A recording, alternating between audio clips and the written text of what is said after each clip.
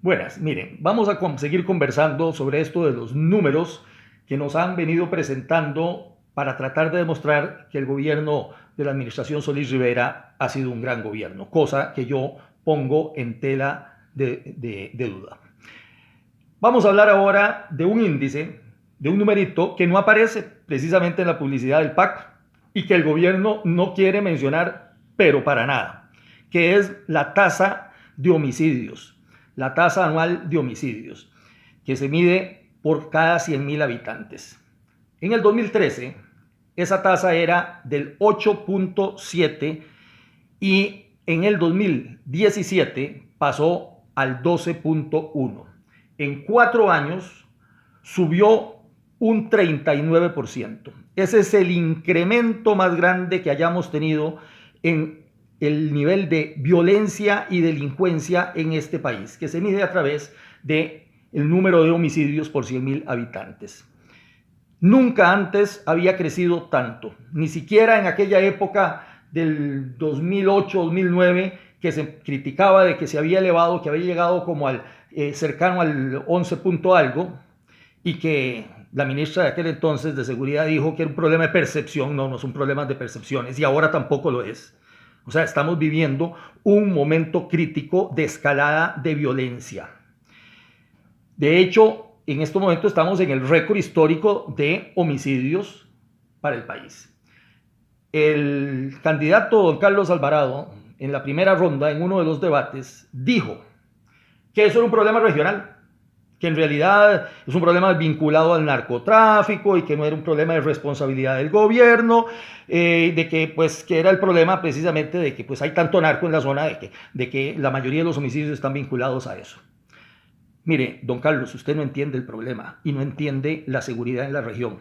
Explíqueme cómo es que en ese mismo periodo, en esos 4 años, Panamá pasó de ser un estado con un índice de violencia muy alto, con una tasa de homicidios del orden del 20, a tenerla en el 2017 en 10. La redujo a la mitad.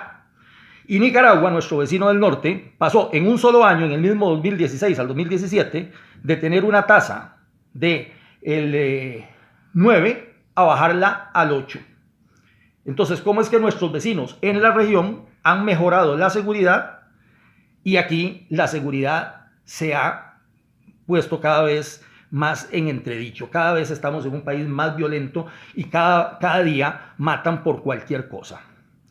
La respuesta es muy simple. El gobierno fue incapaz, fue incompetente para resolver el problema de la seguridad ciudadana. Y las explicaciones son muy claras.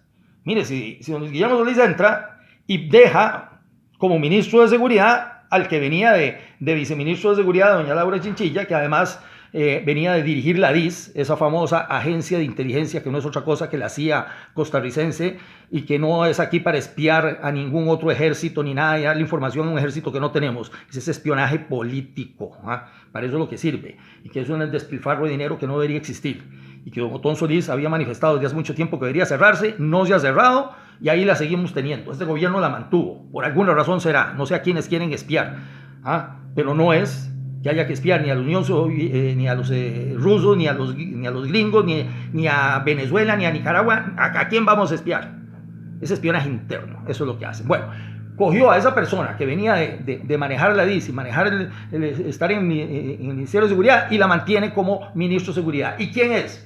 Pues el famoso Celso Gamboa. Y ahora todos sabemos qué clase de bichito es ese señor. O sea, la seguridad no podía mejorar. Imposible. Y cuando él se va a asumir como magistrado de la Sala Tercera, para que ya sepamos qué fue lo que pasó ahí, pues resulta que deja como ministro a su viceministro, que es íntimo amigo de Celso Gamboa, el señor don Gustavo Mata. Por favor, mire, don Carlos, deje de decir mentiras. El problema de la seguridad nacional, de la seguridad ciudadana, es un problema culpa de este gobierno, de un gobierno en el que usted participó y que tiene que asumir la responsabilidad del caso. Y entonces, en los numeritos que nos presentan, pues por otro lado llegan y nos dicen, mire, es que lo que sí se hizo muy bien fue que ahora vienen más turistas, aumentó la cantidad de turistas, aumentaron la cantidad de vuelos que vienen de Europa, y eso es cierto, en eso se trabajó bien. Pues hay que decir las cosas correctamente. Pero eso puede ser flor de un día. Porque si nosotros no resolvemos el problema de la seguridad, el problema de la violencia interna que está en crecimiento, el turismo desaparece. Porque ningún turista va a ningún lado en donde sospecha que lo van a robar, que lo van a matar. Y esa es una realidad que ha pasado en muchas otras partes del mundo, lugares grandemente turísticos que de repente nadie va por la escalada de violencia que se está dando. Es algo así como decir si usted iría en estos momentos a Siria o a Irak. O sea, solo que tengan una necesidad real de ir por un asunto de negocios o un asunto personal muy urgente. Pero por turismo, uno no va en estos momentos a un lugar en donde hay una escalada de violencia. Si no, vaya y pregúntele a los venezolanos cuánto turismo están recibiendo en este momento también. Esa es una realidad innegable. El turismo es muy fluctuante y así como lo estamos ganando, lo vamos a perder si no se resuelve el problema de la seguridad ciudadana, algo que descuidó fuertemente el gobierno de don Luis Guillermo Solís Rivera. Entonces, jóvenes conciudadanos que están creyendo en don Carlos Alvarado, yo no les estoy diciendo que no vaya a tener que votar. Quizás hasta yo termine votando por este señor. Pero no sean fanáticos. No traten de justificar ni decir que hay que votar por él porque el gobierno anterior, este gobierno ha sido una maravilla, porque no lo fue. Lo primero que uno hace es tener una actitud crítica. La crítica y la autocrítica es algo fundamental en la política. Y hay que tener, los ojos claros de decir, esto se hizo bien, esto se hizo mal. Y entonces realmente da cólera cuando un grupo pretende hacer creer, viene a dorarnos la píldora y presentarnos la capsulita para que nos traguemos una sarta de mentiras al respecto. Entonces, por favor, tengamos claridad en ese sentido. Estos problemas que he venido comentando, el problema fiscal, el problema del desempleo y el problema de la seguridad ciudadana, son los 3 problemas más importantes del país, y en ese orden. Y no lo digo yo.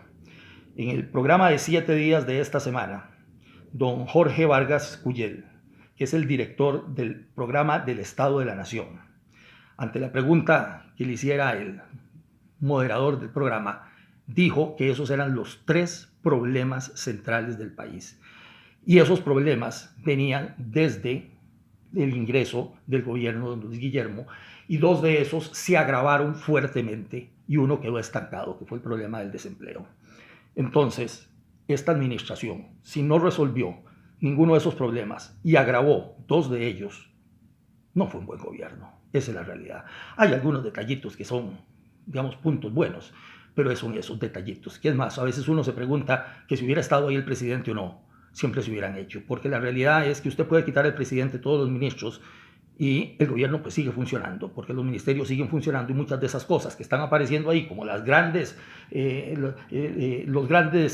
hechos que se realizaron en esta administración no son producto de una acción gubernamental dirigida desde Casa Presidencial. Lo que tenía que haber hecho Casa Presidencial no lo hizo, y esa es la realidad. Vamos a volver a hablar sobre algunas de las cosas que salen de estos 3 temas centrales, pero que también es importante tocar. Muchísimas gracias. Que Dios los acompañe a todos.